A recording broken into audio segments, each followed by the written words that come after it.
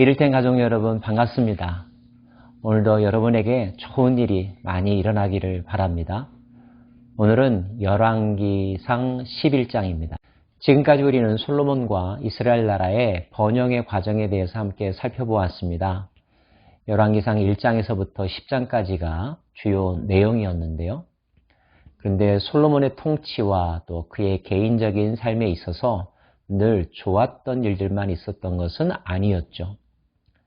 그의 통치 기간의 어두운 면, 그림자에 해당되는 내용이 11장부터 기록되어 있습니다. 성경의 역사는 다윗에 대해서도 같은 패턴의 기록을 하고 있는데요.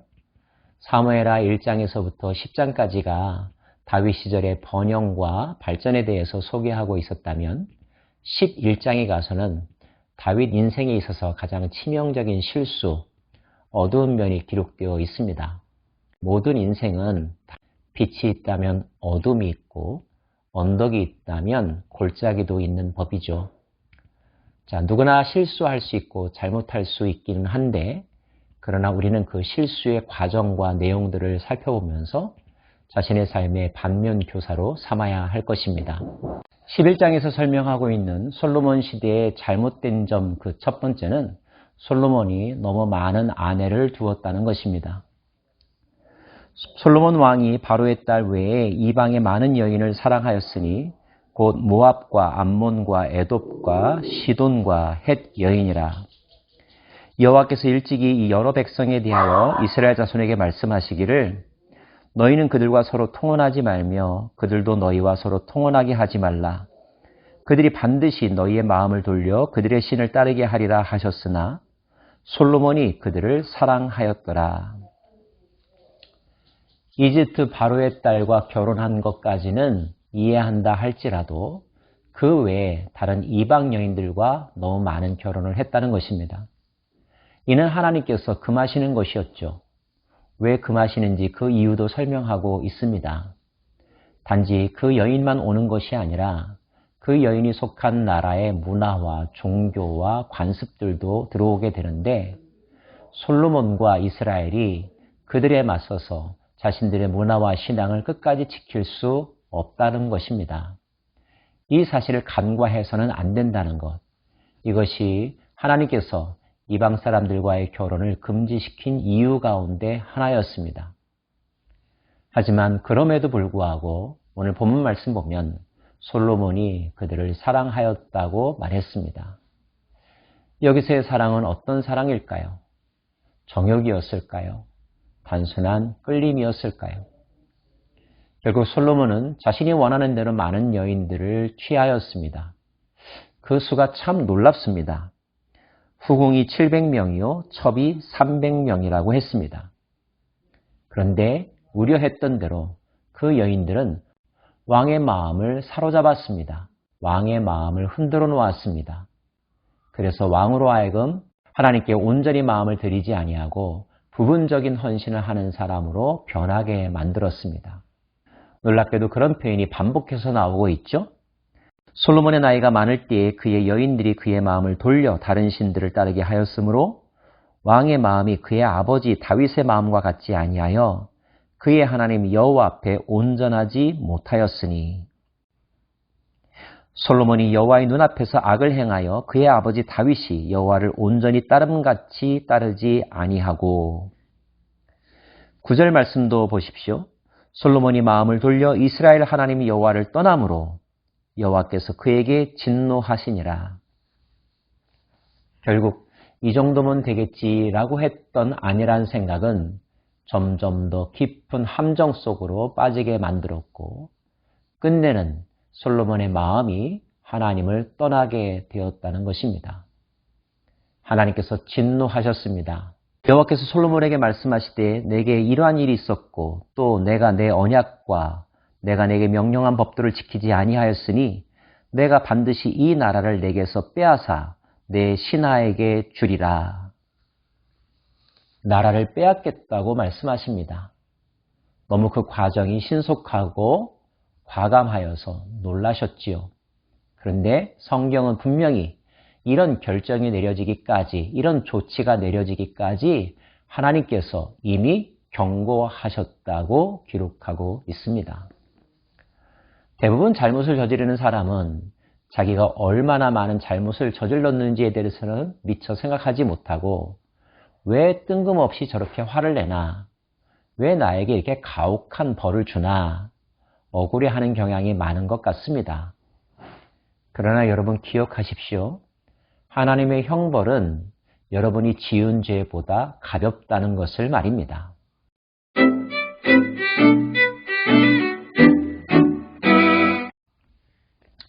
결국 하나님은 솔로몬의 나라, 즉 이스라엘을 다른 왕조에게 넘겨주겠다고 말씀하십니다. 그런 단호한 조치에도 불구하고 긍휼의 부분을 남겨놓으셨죠. 그 내용이 바로 12절 13절인데요. 그러나 내 아버지 다윗을 위하여 내 세대에서는 이 일을 행하지 아니하고 내 아들의 손에서 빼앗으려니와 오직 내가 이 나라를 다 빼앗지 아니하고 내 종 다윗과 내가 택한 예루살렘을 위하여 한 지파를 내 아들에게 주리라 하셨더라. 두 가지 긍휼 조치가 있었습니다. 하나는 너 대에 일어나지 아니하고 네 다음 세대에 일어날 것이다. 두 번째로는 다 넘겨주진 않겠고 한 지파는 남겨주겠다. 이렇게 말씀하신 것입니다. 어찌하여 이런 일이 일어났을까요? 우리는 생각해 보게 됩니다. 많은 사람들이 무엇 때문에 죄를 짓습니까? 하나님께서 우리에게 주신 은혜와 선물과 복으로 죄를 짓습니다. 하나님은 우리가 사랑스러워서 우리에게 더 큰 복을 누리게 하시려고 은혜도 베풀어 주시고 선물도 주시는데 인간은 그 선물을 받을 얼마 동안만 기뻐할 뿐 시간이 지나고 나면 그 받은 은혜와 선물을 남용하고 제멋대로 사용하고 그 선물을 주신 하나님을 잊어버리는 경향이 있다는 것. 비단 솔로몬에게만 국한된 것일까요? 아마 저와 여러분도 이러한 성향을 많이 갖추고 있지 않을까 생각해 봅니다. 자, 결국 이 어떠한 현상들이 발생했을까요? 그 중에 하나는 주변국들 중에서 이스라엘에게 반기를 드는 나라가 하나둘씩 생겨나기 시작했다는 것입니다. 그 첫 번째로 거론된 나라는 바로 에돔이었습니다. 에돔 사람 하닷이 이집트의 지원을 얻어서 에돔의 왕이 되었는데 그는 왕이 되자 이스라엘에 반기를 들기 시작했습니다. 또 하나의 나라는 바로 시리아의 왕 르손입니다. 그는 소바 사람이었는데 그가 시리아의 왕이 되자 역시 이스라엘에게 반기를 들었습니다. 조공바치기를 거절했겠죠. 적대 정책을 펼쳤겠죠. 왜 그랬을까요? 맞서 싸워볼 만하다고 생각했기 때문입니다. 그들은 간파하고 있었습니다. 더 이상 솔로몬과 이스라엘이 그만한 지도력을 갖추지 못하고 있다는 사실을 말이죠. 외부 세력의 반기보다 더 치명적이고 위험한 것은 내부에서 반기를 든 사람들이 나타나기 시작했다는 것입니다. 그 반기를 든 주인공으로 등장하는 이가 바로 여로보암이라는 사람입니다. 솔로몬의 신하 느밧의 아들 여로보암이 또한 손을 들어 왕을 대적하였으니 그는 에브라임 족속인 스레다 사람이요 그의 어머니의 이름은 수루하니 과부더라. 그가 손을 들어 왕을 대적하는 까닭은 이러하니라. 솔로몬이 밀로를 건축하고 그의 아버지 다윗의 성읍이 무너진 것을 수축하였는데 이 사람 여로보암은 큰 용사라. 솔로몬이 이 청년의 부지런함을 보고 세워 요셉 족속의 일을 감독하게 하였더니 여로보암은 솔로몬이 시행한 국책 사업의 공사장 감독이었습니다. 근데 그 공사 현장에서 그가 보고 느낀 것들이 솔로몬의 생각과는 달랐던 것 같습니다.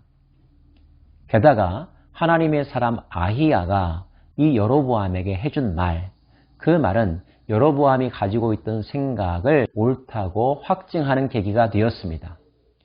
아히야는 여로보암에게 무슨 말을 했을까요? 아히야는 하나님께서 솔로몬에게 대하여 가지고 있었던 마음들을 설명하면서 내가 너를 취하리니 너는 내 마음에 원하는 대로 다스려 이스라엘 위에 왕이 되되 내가 만일 내가 명령한 모든 일에 순종하고 내 길로 행하며 내 눈에 합당한 일을 하며 내 종 다윗이 행함같이 내 율례와 명령을 지키면 내가 너와 함께 있어 내가 다윗을 위하여 세운 것 같이 너를 위하여 견고한 집을 세우고 이스라엘을 내게 주리라. 내가 이로 말미암아 다윗의 자손을 괴롭게 할 것이나 영원히 하지는 아니하리라 하셨느니라 한지라. 너도 만약 다윗과 같이 하나님의 말씀을 제대로 지키고 그 율례와 명령을 따라 행하면 너도 이스라엘의 왕으로 다스릴 수 있다라고 하는 이야기를 해준 것입니다. 이 아히야의 예언은 솔로몬에게는 불안과 두려움을 가져다 주었죠. 이 사실을 안 솔로몬은 여로보암을 박해합니다. 결국 여로보암은 이집트로 피신하게 되죠. 그리고 솔로몬이 죽을 때까지 그곳에 머무르죠. 이러한 사실들은 솔로몬 통치하에 있었던 일들 가운데서 큰 오점이고 부끄러운 일이라고 말하지 않을 수가 없습니다. 그리고 이런 불미스러운 일들의 근본적인 원인은 솔로몬이 그의 마음을 온전히 여호와께 향하지 않았다는 데서 기인하고 있음을 성경은 분명하게 가르쳐주고 있습니다. 저와 여러분은 하나님을 사랑합니다. 하나님께로 우리의 마음을 향하고 있죠. 그런데 하나님께로 향한 우리의 마음은 온전한 것인가 하는 거죠. 혹시 너무 일부이지는 않습니까? 그나마 다른 것들과 뒤섞여 있지는 않습니까? 마음과 뜻과 정성과 힘을 다하여 오직 하나님께만 우리의 마음을 두고 있습니까? 이 질문에 스스로 당당하게 설 수 있는, 하나님 앞에서 스스로를 속이지 않는 저와 여러분이 되기를 원하고, 그러기 위하여 오늘도 성령님을 사모하며 말씀 앞에 우리의 마음을 비추고 그 말씀에 순종하기를 힘써 노력하는 저와 여러분 되기를 간절히 바랍니다. 기도하겠습니다.